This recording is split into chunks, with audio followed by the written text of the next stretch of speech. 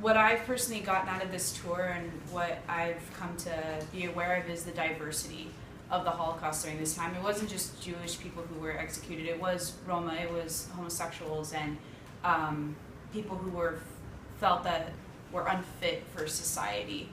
And that's what a lot of people are unaware of, that there was so many different groups of people that were persecuted and were executed and killed during this time.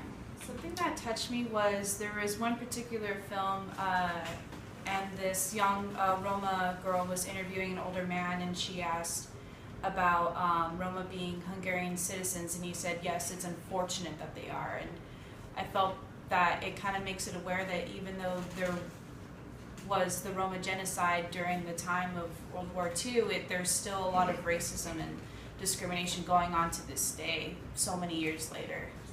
Oh, I feel like it's very empowering, and I feel like it's very important. No matter if you, even in the U.S. back home, like I never learned about the Roma and how they, what they went through during this time in the Roma Holocaust. So I feel like no matter where you are in the world, I feel like it's very important and empowering to learn about the various groups that were persecuted during this time. I learned that there isn't really much, I guess, media or documentation of genocide of the Roma, and it's great to know that there's young women out there being, I guess, like paving the way to introduce the world to what happened to the Roma and give out more information.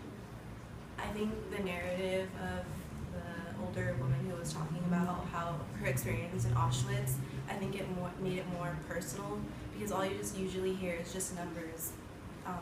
This amount of people died, this amount of people died. So when you actually put a story to it, it becomes more real and realistic, and you become more connected, and you become emotionally invested in what happened. I remember learning about the Holocaust during just high school and maybe middle school, and it didn't go into too much detail about the Roma, and there's definitely not a substitute for it being here and actually being in the area where it's been taking place or where it's happening, actually visiting memorials that are very specifically dedicated to that. Maybe the only thing we have at home would be the Holocaust Museum in LA, and it's quite a journey. It's nothing very similar like this.